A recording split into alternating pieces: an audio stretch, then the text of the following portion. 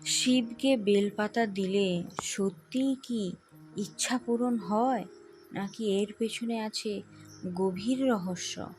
ভগবান শিবের পুজোয় বেলপাতা কেন এত গুরুত্বপূর্ণ জানো?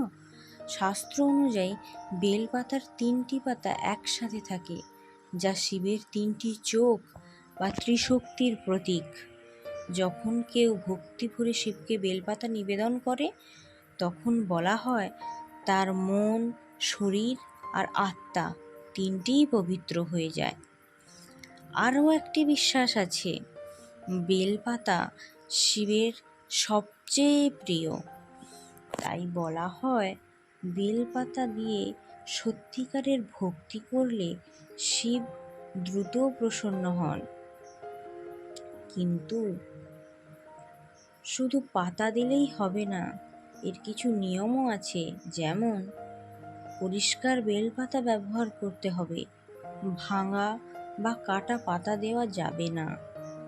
ভক্তি আর বিশ্বাস থাকাটা সবচেয়ে জরুরি।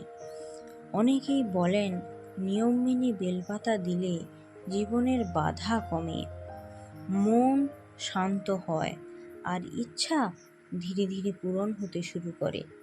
তাহলে এটা কি শুধু বিশ্বাস, নাকি এর পেছনে আছে সত্যি কোনো শক্তি?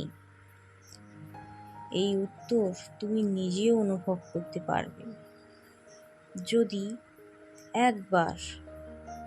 একবার মন থেকে চেষ্টা করো। ভগবান শিবের এমন আরও রহস্য জানতে এখনই সাবস্ক্রাইব করুন। ভগবান শিবকে ভালোবাসলে এবং তার প্রতি শ্রদ্ধা জানিয়ে কমেন্ট করুন হর হর মহাদেব। ধন্যবাদ।